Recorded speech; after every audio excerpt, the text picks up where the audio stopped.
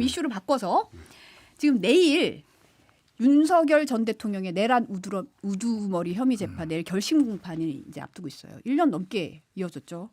최근 지기현 부장판사의 재판 진행이 좀 달라졌다 이런 얘기가 좀 나오고 있는데 저희가 영상 잠깐 보고 얘기 나누겠습니다. 더 이상의 변경을 허용하는 것은 있을 수 없다는 걸 주장입니다. 허가 신청에 대해서 기각 결정을 내려주시기 바랍니다. 예, 재판부에서 일단 합의를 했는데 일단 공소장 변경은 허가하는 것으로 합의를 했습니다. 그래서 공소장 변경 허가한다고 말씀드리고, 공소장 변경이라는 절차 자체가 유무죄 판단을 하는 게 아니라 검사가 주장하는 내용이 기존 주장 내용이랑 동일성이 인정되느냐에 대한 것입니다. 변호인들 말씀 결국에는 주된 취지는 기존의 검사가 주장했던 내용도 잘못이고 사실이 아니고 변경해서 주장하는 내용도 사실이 아니라는 취지로 보입니다. 즉 결국에는 공소 사실을 다투는 취지인 것으로 보입니다.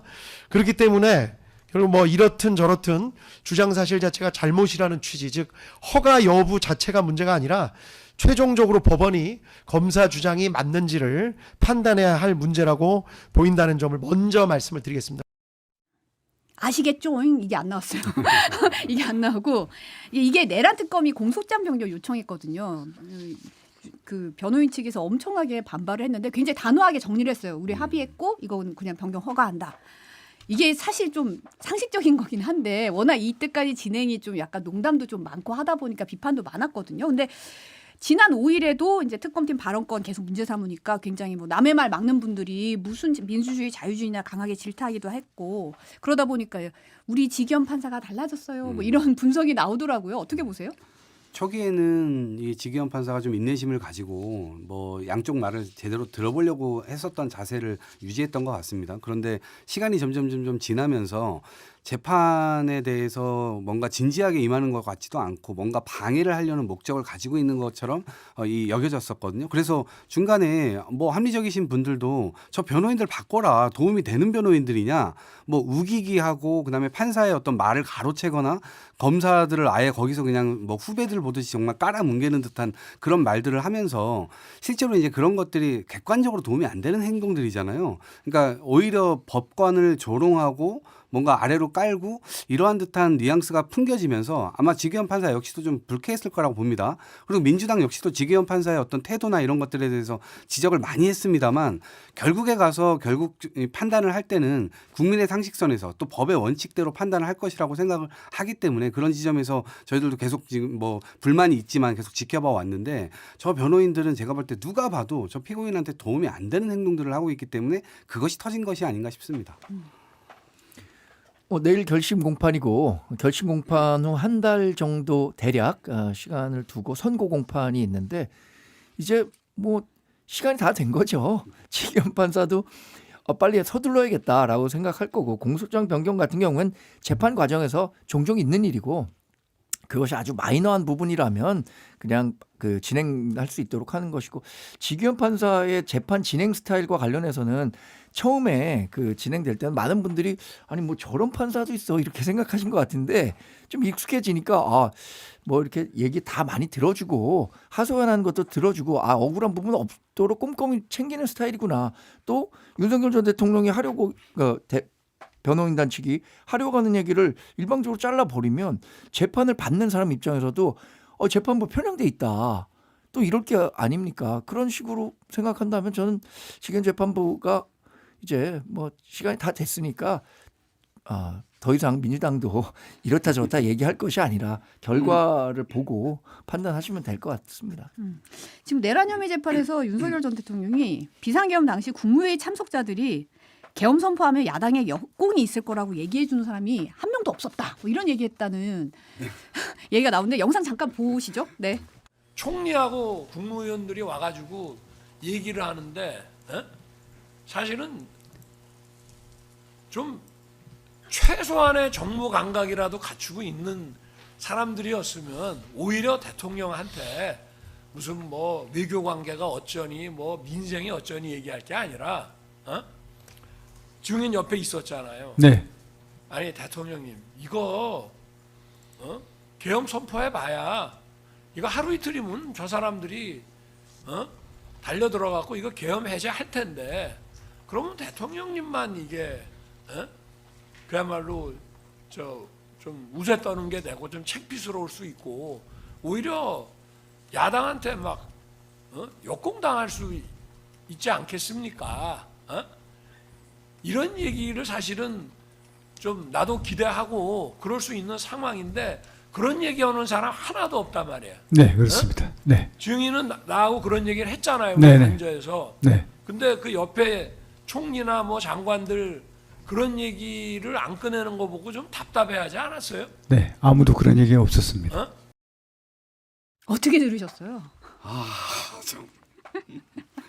아니 본인 임기 3년 내내 눈 감고 귀 닫고 김건희 여사한테만 귀를 열고 또 뭐 명태균 씨한테 또 열었는지 모르겠습니다만 이게 지금 국무위원들한테 다 덮어씌우고 있는, 물론 저 국무위원들 되게 무책임하고 무능하고 저 역사의 순간에서 바지끄댕이 잡고 이 매달리는 국무위원이 없었다는 것에 대해서 한탄스럽지만 본인 스스로가 매일 화를 내면서 매일 술 마시면서 사람들한테 윽박 지르고, 그러니까 사실 처음에는 손들고 저는 반대합니다, 이러면 안 됩니다 라고 하는 사람들은 저 멀리 가 있고 결국에는 다 예스맨들만 주변에 남아 있었다는 거 아닙니까? 그러니까 본인이 다 초래한 것인데 저런 현장에서 본인이 그런 것들을 본인 후회투로 얘기하는 게 아니고 다른 사람 탓을 또 완전히 다 넘겨버리는 듯한 저런 투로 얘기하는 것이 정말 대단한 멘탈인 것 같다, 그런 생각이 들고, 야, 다른 어떤 면에서 정말 존경스러울 정도입니다, 정말. 네. 저는 이 얘기 들었을 때 그렇다면 그런 얘기를 했다면 계엄 안 하셨겠습니까? 라고 물어봤을 것 같아요. 아니 정진석 비서실장 그러시면 안 됩니다. 김용현 국방장관에게도 당시에 당신 역사에 죄를 짓는데 누가 어떻게 책임질 거냐 이런 식으로 얘기했고, 조태열 외무부 장관 또 최상목 기획부총리 이런 분들은 이거 안 됩니다, 이거 해서는 안 됩니다라고 그래도 어느 정도는 강력하게 얘기를 한 것으로 우리가 CCTV에서 봤잖아요. 근데 그 CCTV에서 목도한 것은 뭐냐면 나는 지금 카메라 준비돼 있고 방송국에서 지금 중계가 예정돼 있으니 가서 해야 된다라고 일방적으로 자리를 떤 분이 윤석열 전 대통령 아닌가요? 그 CCTV나 뭐 이런 것들을 통해서 본 것은 어쨌든 국무회의가 상당히 일방적으로 진행됐다는 것을 확인할 수 있는 거잖아요. 그래서 저런 얘기를 하신다고 하더라도 누가 지금 윤석열 전 대통령의 주장에 설명에 선뜻 동의할 수 있겠느냐, 이 부분을 좀 살펴보셔야 할 것 같습니다. 대통령이 아무리 그 영어의 몸이라 뭐 이 여론을 파악하는데 일정 부분 제약이 있다고 하더라도 본인이 결정한 것에 대해서는 본인이 책임을 져야죠. 외교 관계니 민생 얘기할 게 아니라 야당의 역공을 얘기했어야지. 정무적 감각이 없다. 이 얘기를 지금 참모 탓을 하고 있다는 게 참. 근데 그런 걸 자기가 기대했다라고 한다면 본인은 그런 걸 예상했다는 거 아니에요. 그리고 역공이 있었어도 본인은 반국가 단체 세력, 그 세력들을 다 말살시키려고 준비를 이미 김용현 장관하고 그런 얘기를 나눴었지. 본인들이 앞뒤가 하나도 안 맞아요. 그러니까요. 아니, 솔직히 그 계엄이 처음에 있었을 때 계엄 대통령의 권한이다라고 생각하는 사람들도 이런 생각들을 많이 했단 말이에요. 반국가 단체? 그렇다면 적어도 뭐 남한 내에서 활약하는 암약하는 간첩들을 뭐 한 100명이라도 잡았든가, 아니면 민주당 국회의원들 중에 상당수가 뭐 북한의 자금을 받았다든가 이런 정도의 뭐 확실한 증거라도 잡고 계엄하지 않았겠나 이렇게 생각했을 거거든요. 근데 이후에 드러난 것들이 사실 그때 왜 계엄했느냐, 아직도 많은 사람들이 미스터리라고 하지만 몇 가지로 모아지는 거 아닙니까? 첫 번째, 당시 김건희 여사에 대한 사법 리스크가 계속 가시화되고 특검이 통과될 수 있다. 뭐 명태균 씨가 얘기한 황금폰 이런 것들이 공개되기 시작하면서 본인의 레임덕이 가속화된다.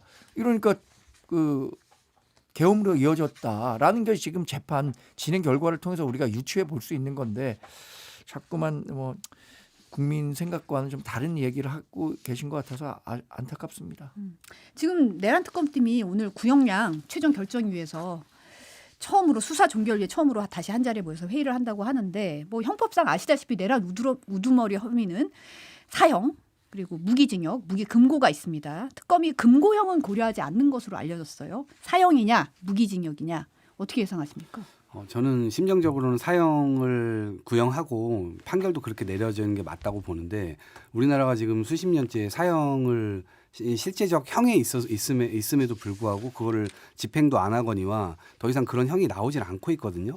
그거를 만약에 또 한다고 했을 때 대외적으로 또 외국과의 관계에서 어떤 또 시그널이 될까 그걸로 인해서 외교 관계나 뭐 특히 EU 같은 경우는 그거를 굉장히 민감하게 보잖아요. 그리고 그것들 통해서 무역이라든가 이런 것도 영향을 또 미칠 수가 있고 그래서 그런 것들을 좀 두루 고민을 해본다면 무기징역 정도로 구형이 되지 않을까 조심스럽게 예측을 해봅니다. 네.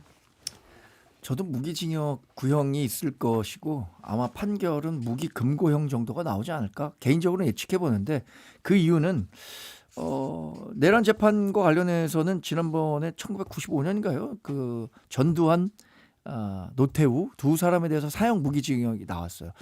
근데 그때는 이제 5.18 민주화 운동이라든가 그 12.12 과정에서 사망자도 나오고 무고한 시민들의 희생 이런 것들이 많이 있었잖아요. 그리고 또 군인으로서 뭐 본인들이 갖고 있는 권력을 이용해갖고 권력을 찬탈했으니까. 그런데 그 윤석열 전 대통령 같은 경우에 지금 계엄이 있었다고는 하지만 그게 내란으로 인정된다고 하더라도 그런 그 정황을 고려할 부분들이 많이 있을 것 같아요. 그래서 특검도 이거 사형 구형까지는 좀 어렵지 않겠습니까? 라고 생각하지 않을까 싶습니다. 내일이면 뭐 당장 뭐 구형이 있을 테니까 지켜보시죠. 특검이 내란 사건 피해자가 국민 전체라는 취지에서 국민적 감정을 고려해서 결정하겠다는 방침을 밝힌 바 있어서 어떻게 될지 내일 또 보시죠, 뭐. 네. 이번에는 이제 여당 얘기로 좀 넘어가 보겠습니다. 더불어민주당 김병기 전 원내대표 이 불법 정치 자금을 받았다 탄원서 냈던 전직 동작구 의원 오늘 오후에 경찰에 출석해서 조사를 받고 다른 한 명은 내일 조사할 계획인데요. 지금 서울청에서 사건 넘겨받아서 수사를 하고 있는데 지금 동작서가 수사 무마 의혹이 좀 불거진 상황이잖아요. 지금 동작서 보면 김 의원 부인 사건 이게 이제 동작구의 업무 추진비 카드 유용 의혹인데 이거 무혐의로 종결할 당시에 서울경찰청이 최소 3차례에 걸쳐서 보안을 지휘했다는 보도도 나왔어요. 이런 상황에서 이제 경찰 출신 그 국민의힘 친윤 의원 찾아간 거 아니냐 뭐 이런 얘기도 분석도 좀 나오더라고요. 이 부분 어떻게 보세요? 이거 아주 심각합니다. 지금 저희가 그동안 검찰과도 뭐 여러 가지 검찰의 기행들 사건을 덮어주고 무마해주고 김건희 여사 건과 관련돼서도 그렇고 본인들이 검사 중에 누군가가 잘못을 저질렀을 때도 본인들 스스로가 무마해주면서 국민 신뢰를 다 깎아먹었었잖아요.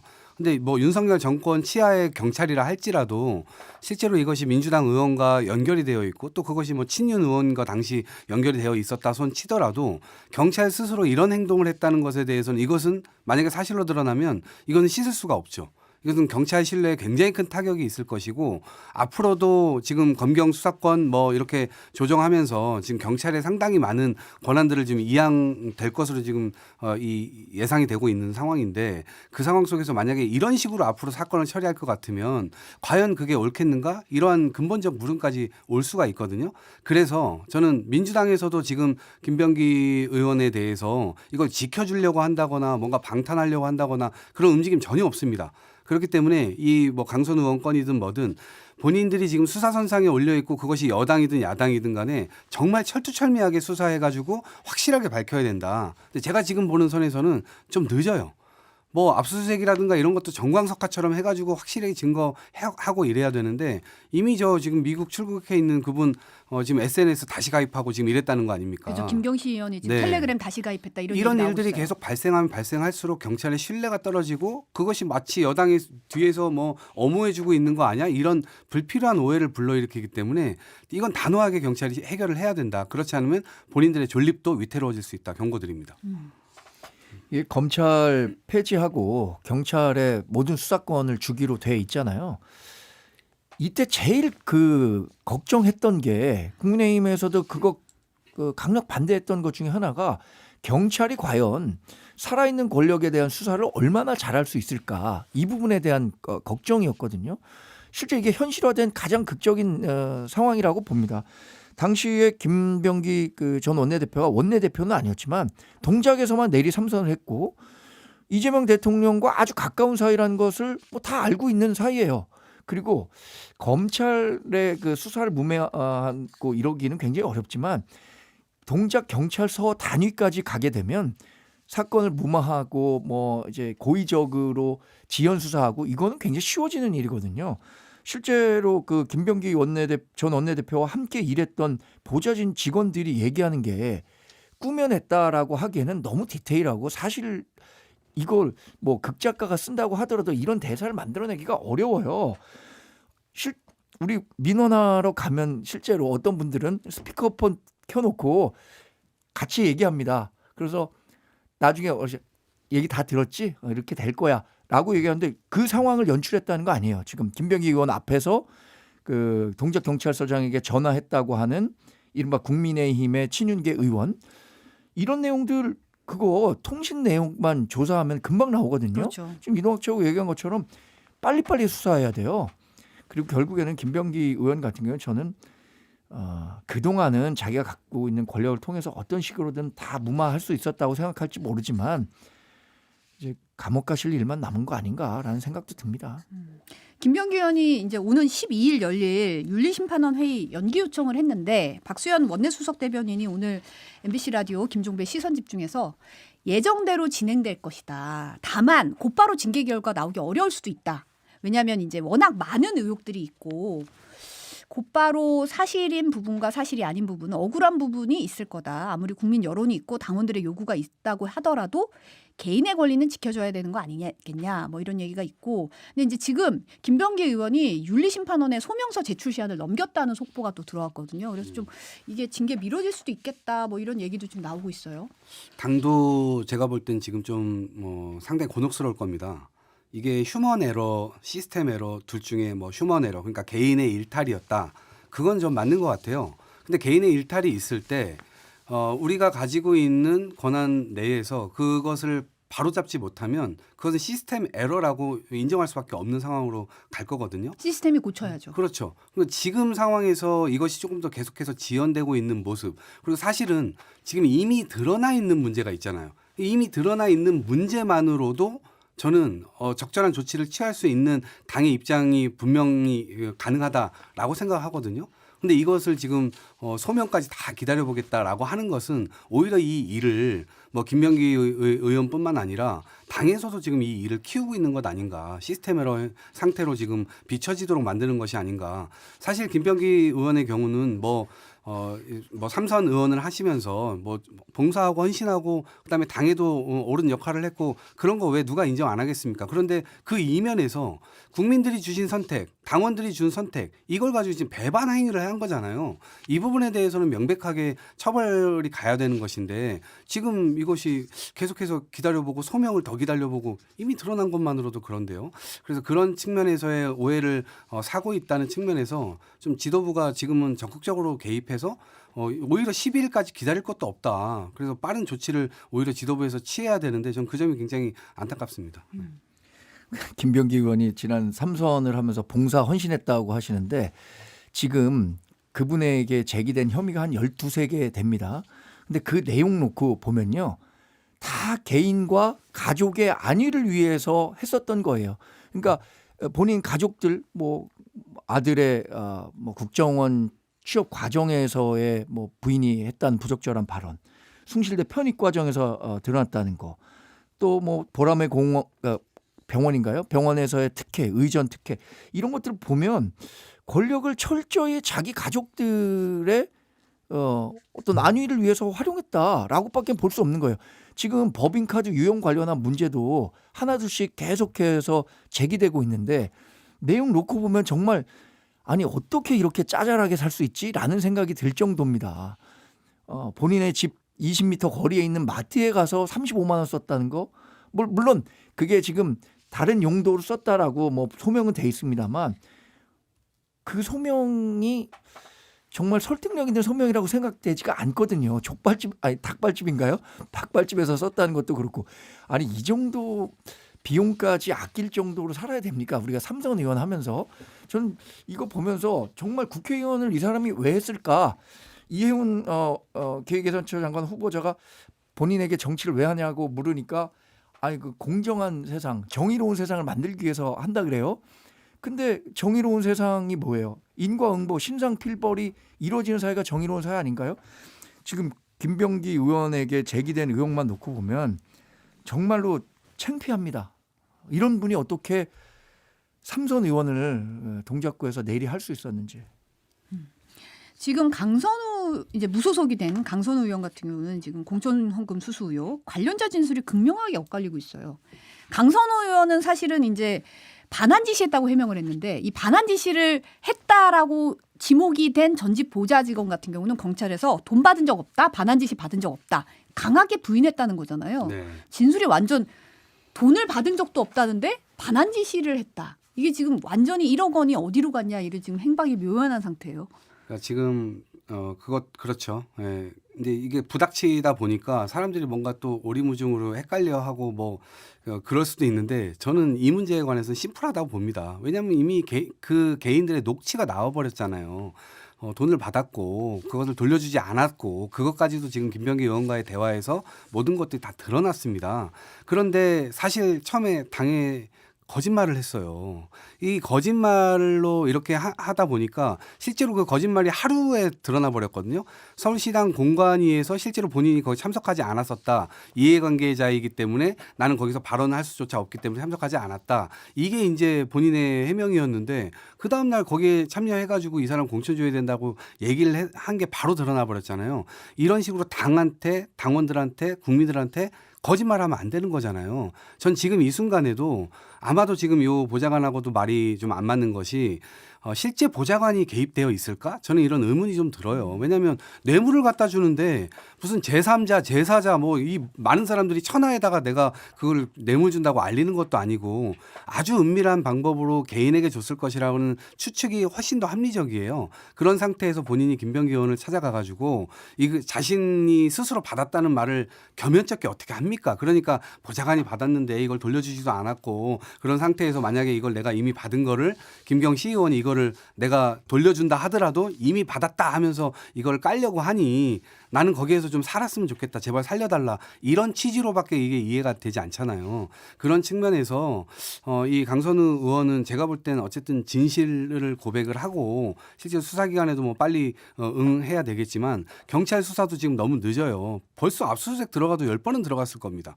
이제 그런 차원에서 국민의 의혹은 더 커지고 있고 당원들은 믿었던 것만큼의 또 배신감이 굉장히 큰 거거든요. 근데 그런 차원에서의 조치가 이루어져야 되는데 지금 이 순간에도 뭔가의 거짓말을 하고 있다면 이것은 정말 씻을 수 없는 후과로 남을 것입니다. 말씀 잘하셨어요. 아니 1억 원이라는 돈을 공천과 관련해서 의원에게 전달해야 하는데 누구를 끼고 전달하겠습니까? 본인이 그냥 다이렉트로 전달하겠습니까? 누가 알까 무서워서 어디 CCTV 없는 자료 이런 데 찾아가서 줘도 받을까 말까인데 누구 중간에 있는 사람에게 전달했다라고 하면 그 돈이 제대로 전달될 수 있을까? 이런 부분에 대한 의문도 있고 그 보좌관이 자신이 공천권을 갖고 있지도 않은 상황에서 그 돈을 받았다라고 한다면 믿을 사람이 누가 있겠습니까? 이건 뭐 정치적 상식에 가깝다고 보는데 아니 정치적 상식도 아니 국민 상식이죠. 보좌관이 당시에 사무국장이 이 1억 원과 관련해서는 전혀 모르고 있을 가능성이 저는 뭐 120%라고 봅니다. 강선우 의원만이 이 1억 원의 행처에 대해서 알 것인데 돌려줬다? 돌려줬다도 사실 이해하기 어렵죠. 공천 어렵게 해갖고 자기가 받아왔는데 그 공천 해달라고 1억 원을 줬는데 공천 줬는데 그걸 돌려줄 필요를 느끼겠습니까? 그런 걸 종합해보면 강선우 의원이 지금 하고 있는 이야기는 당장 수사 며칠만 하면 드러날 그 거짓말들을 공공연히 하고 있는 것 같아서 상당히 좀 인간적으로 안쓰러워요. 원래 이런 분이 아니었다면서요. 제가 이런 사람이 아닌데 이런 사람이 아닌 사람이 왜 이렇게 됐는가 이 부분에 대해서 강선우 의원이 먼저 고민해야 될 거라고 생각합니다. 지금 출국한 김경시 의원 같은 경우는 지금 경찰이 이번 주에 귀국 예정이다 뭐 이런 얘기해서 경찰이 좀 더 빨리 와라 이런 식으로 일정 조율 중이라는 속보가 좀 들어와 있는 상황이고요. 이건 수사 결과 좀 지켜보죠. 이동현 전 최고 말만 따라 좀 빨리 속도를 내야 되는 거 아닌가 싶습니다.